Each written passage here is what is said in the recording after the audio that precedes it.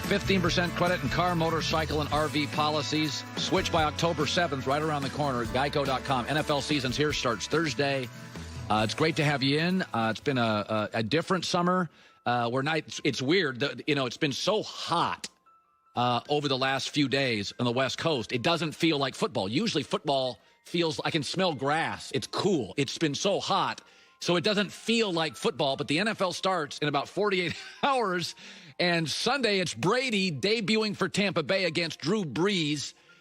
It's here. And it's so funny. Like guys, I'll speak for men here, especially alpha males, like successful guys. It's hard to admit they're wrong. Wrong. Not wrong. All right. And so we make mistakes and we try to justify it. In 1990, I bought a blue tile for my kitchen. So I justified it for the next furniture that matched it. And then somebody came in and told me, nobody puts dark blue tile on a kitchen floor. But for 2 years, I bought a bunch of crap that tried to match it, furniture literally, around the kitchen to justify it. And then I realized I don't like blue furniture either. I made a big mistake. You've all gone to the Home Shopping Network at night. You buy that knife that can cut a quarter. But you've never really needed to cut a quarter. You need to cut an enchilada for dinner or something, right? Or a steak. And you buy a couch that's uncomfortable, and you sit on it night after night, and you're like, this isn't comfortable. I'll go buy a beanbag for $32. This is what the Bears are doing. Ryan Pace drafted Mitch Trubisky. He's trying to justify it now. He's talking about all his new qualities that he discovered as he came into camp. Here goes. A lot of confidence right now. You can feel it in his comfort level in the offense and his command with the offense. The moment camp started, Adam, the moment he walked in the building, you just felt a different presence and a different mindset, and that carried him throughout camp. So just proud of the way he's conducted himself. His presence has never been the problem. His professionalism has never been the problem. The problem is he's an average arm talent. There ain't no special. He wasn't special in college. He's not special in the NFL. He throws for about a touchdown a game, and that's with a really, really clever offensive coach. He's a good kid. He works really hard. This is not personal. But I've said this. Joe Burrow, who I've been critical of, is a much, much better prospect. Baker Mayfield is a much, much better prospect. Andrew Luck's not even in the same galaxy. He's a good kid. Guys struggle to acknowledge they make big mistakes. Chicago, you bought a steak knife that cuts through a quarter. You don't need to cut through a quarter. You got blue tile for your kitchen. You made a mistake. Eric Mangini's thoughts on what the Bears are trying to now sell us. One of those situations where it's just going from bad to worse. You don't pick up the fifth-year option. You obviously don't have a ton of faith in Trubisky, and you go in and get someone that you think you're going to bring in and is going to start and going to be an upgrade, and you've got to give away draft capital to do it. You've got to make a significant financial commitment to do it, and then he can't win the job. And there they are. They're stuck with two guys that the whole, not just this coaching staff and the organization, but the whole team knows there's no enthusiasm for. You cannot fool the players. You whiffed. Own it. Move on. Joy Taylor with the news. No. Turn on the news. This is the Herd Line News. That is absolutely a man thing. So you guys can just own it. Oh, we love to return stuff to the store. Didn't like it. Take it back. No, thank you. Not me. Return that. I got a couch like 9 months ago. It was in the house for 2 days. I called him. I don't want this thing. I am not committing to anything that is not going to work. I don't like to admit when I make a big mistake.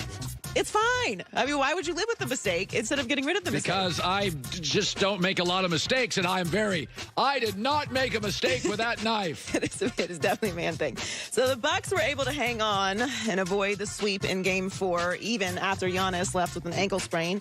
He is listed as questionable for Game 5 today. He's reportedly feeling much better than he did, similar to that he did going into Game 4 after his first ankle injury. And after Monday's practice, Mike Budenholzer said Giannis was getting treatment around the clock and is going to try and be available to play. They beat the Heat 118-115 in overtime on Sunday night, which I got to watch from Miami since I was stuck there. But that was because of Chris Middleton. He had 36 points, 8 rebounds, and 8 assists, did what the number 2 guy is supposed to do in that spot. He was great. He was great. A little bit too little, too late. Ask yourself this.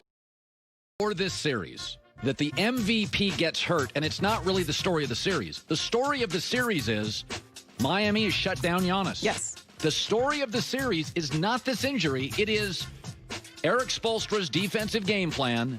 And by the way, Nick Nurse did this a little bit last year. They've been able to kind of marginalize Giannis, and it's the second year in a row in the playoffs. You're like, he's not as dominant when it matters. It's interesting you mentioned that about Nick Nurse, because now there's kind of started to be a book on Giannis as to how to shut him down in the playoffs. And that's not entirely Giannis's fault, right? If Chris Middleton was doing this every single night, yes, this wouldn't be it's not that it's been easy for Miami, but right. that game plan wouldn't necessarily be a right. plug and play situation. No team's ever come back down from being down 3-0. And honestly, I know Giannis wants to come back and play. All players wants to come back and play. Honestly, after the KD situation, if you know essentially that the series is over, which it essentially is, idea of pushing him out there. And that, look, I'm a Heat fan. Obviously, I want them to right. win. They're going to win the series anyway. Milwaukee didn't play well at the end of the regular season. They didn't play well really in the bubble. They weren't as good defensively, and they didn't play well in the playoffs. This is who they are right now today. Milwaukee is not as good as we thought they would be. It's okay to say it. Some teams in the NBA, Miami's better than we thought. Right. Milwaukee's not as good as we thought this year. And the bubble has changed a lot of things. Yes. It is neutralized. There's no home court advantage. There's a lot going on, but everybody's playing with the same circumstances, right? So fair is fair, however you want to call it. Right. This is a very big deal that Giannis and the Bucks are going to get knocked in the second round. Forget that it's by the Heat. This was the year that they needed to win the championship, not lose in the second round to be down 3-0 to the Heat. So there's going to be a very interesting reaction to. I think the fact that he got hurt will maybe soften it a little bit for him. Yeah. But it's going to be similar to KD in Oklahoma City, where he kind of just constantly not got a pass, but we weren't as became, is KD going to take the next step? Right. And that's what's going to happen for Giannis. So the Celtics dominated the Raptors in Game 5 last night to put the reigning champs on the verge of elimination. Boston never trailed in the 111-89 win and had a lead as big as 30 points in the third quarter. The Celtics starters outscored the Raptors starters by a staggering 93-45. And now they have a chance to punch their ticket to the Eastern Conference Finals on Wednesday, leading the series 3-2. Yeah. They gave the Raptors a little bit of life with that last-second walk-off shot. They should have won that game, and then the series would have a little different look to it. I'm really kind of surprised at how the Raptors have looked in this series, though. I thought Siakam has not played particularly well. Yeah, Pascal? they've really been very.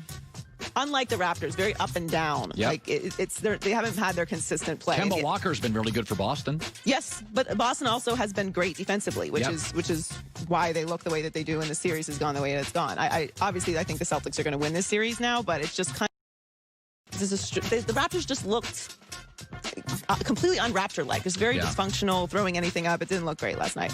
So finally, as the first overall pick, Joe Burrow was expected to get the starting job for the Bengals this season, obviously. But head coach Zach Taylor says Burrow didn't get the job by default. He earned it. He said, "I know that he was really the star of the day he walked in the door, but he's done everything to verify that for us and earn it. He will be the only rookie quarterback to start week 1 this season." With the worst surrounding cast, by the way. Justin Herbert and Tua have much better surrounding casts. And they will not have to be out there. Well, so Tua, Herbert, and obviously Jordan Love. But I'm cautiously optimistic about Joe Burrow because I can't tell, and we won't ever really be able to tell until we see him play. If this, I think he was in college and going to be in the NFL. Obviously, he has the worst surrounding cast, as you mentioned. But if he can improve them even a little bit in these circumstances, I'm going to be impressed this year. So I'll say it again. I think his NFL comp is Tony Romo. That is no criticism because I defended Tony Romo on another network. I constantly defended Tony Romo, who I think has more natural talent than Dak, not nearly as much as Troy Aikman or Roger Staubach. So I think Burrow's got some Tony Romo in him. He's a playmaker. He's a good player. He lets it rip. Can he overcome the Bengals organization? And that is not a small thing. No. Josh Allen, to me, has been made by his coaching staff. Josh Allen, Lamar's talented enough. He's going to win games anywhere. Josh Allen would be man overboard if you put him in Cincinnati. Josh Allen is a playoff quarterback in Buffalo with that coaching staff. And he has great players around him, Josh Allen. Yes. Joy with the news.